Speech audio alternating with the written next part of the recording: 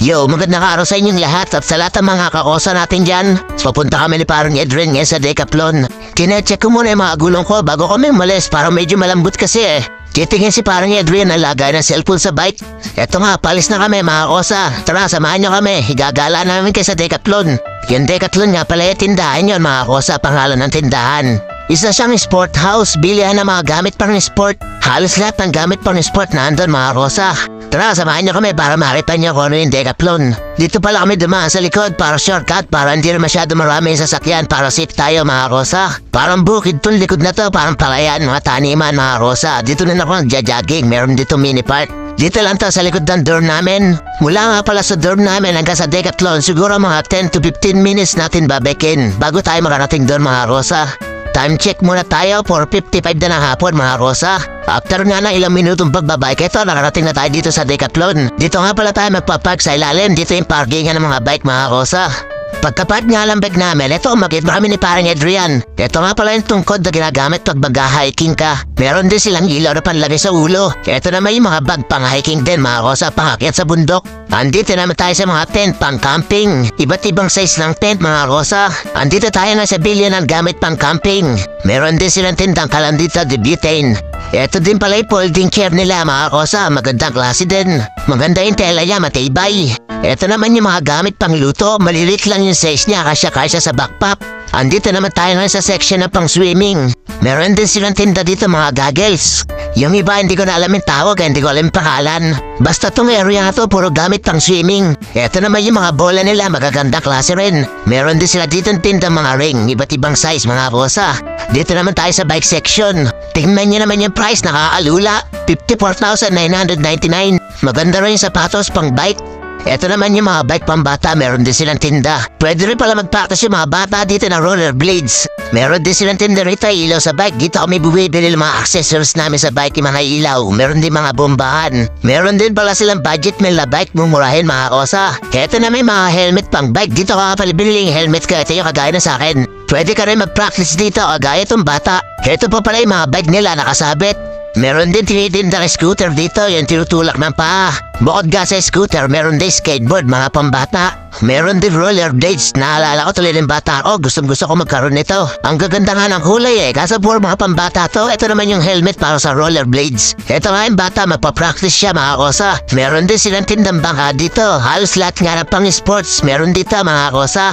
Ito naman yung light jacket, bala ko mag-uwi sa Pinas nito, hindi ako marunong lumangoy Meron din silang board na pang surfing mga kosa.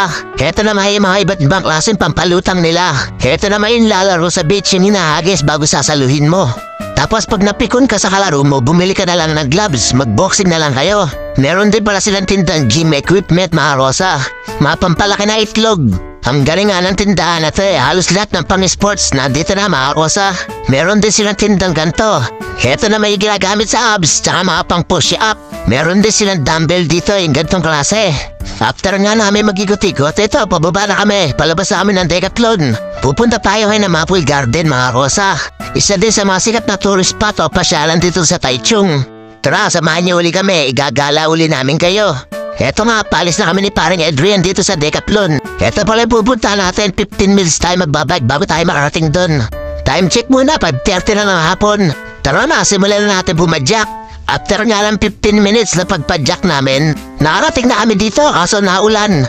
Pero maliwanag naman yung araw, di nga namin alam ba't umulan Sabi nga na matatanda pag ganyan dami kinakasalatik balang. Dito pala ipupunta natin sa tapat mga kosa yung Maple Garden. Kaso inabot kami ng ulan dito tatawid na sana kami. Ay eto, tamang patila muna tayo ng ulan. Nung humina na yung ulan, yung maambon na lang ito, sinugod na namin ni parang Adrian. Bahala na si Batman, gamit na lang ng siklib bukas. Nagaano pala kami ng parkingan ni parang Adrian, wala kami makita, kaya dito na lang namin pinag-imbag namin sa gilid. Puno na kasi parkingan dyan sa tapat Eto, pababa na kami dito sa Maple Garden. Marami rin tayo mga kababayan dito na punta, yung mga nag-date-date, kaso medyo walang tao ngayon maulan kasi. Eto nga pala yung ambience dito mga kosa, Parisian style BGC.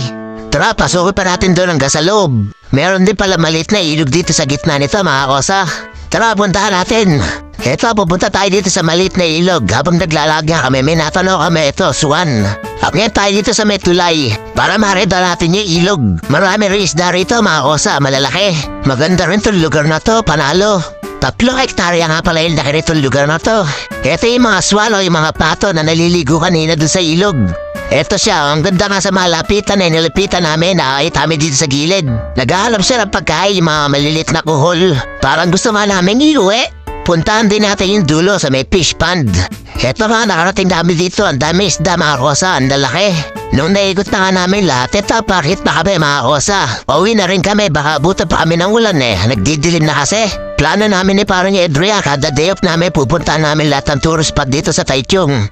Ito yung view ng Maple Garden pa nasa taas ka. Andito na pala kami sa crossing, batawid namin ni parang Adrian.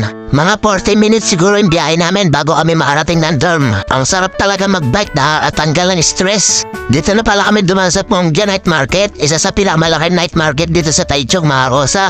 Time check mo tayo, 6:37 na ng hapon. Masarap din magala dito sa Pongja, marami ka rin mabibili dito. Alos lahat, nandito na rin sa Pongja. Yung mga makikita mo sa mall, nandito din lahat sa Pongja Night Market. Makalipas nga ang 40 minutes namin pagpadyak. Eto, nakarating na kami dito sa dorm namin mga kosa.